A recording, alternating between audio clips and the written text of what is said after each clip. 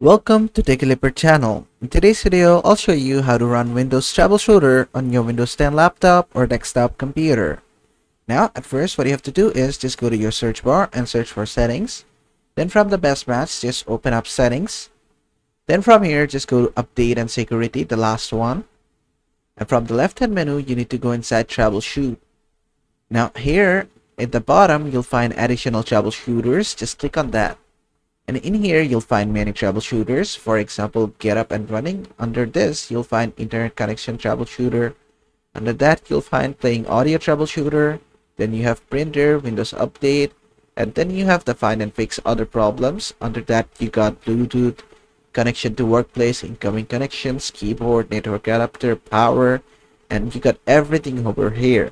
Now, for example, let's say I'm having issue with my keyboard. So I'll just click on the run the troubleshooter under the keyboard option. And it will scan and detect the issue for me. And after the troubleshooting has been completed, it will fix the issue for me. And I can just click on that close troubleshooter button and then just go ahead and restart my problem. And after closing it, I can just go ahead and restart my system. And basically that is how to run Windows Troubleshooter on your Windows 10 laptop or desktop computer. I hope this video was helpful. If it was, please give it a thumbs up and don't forget to subscribe.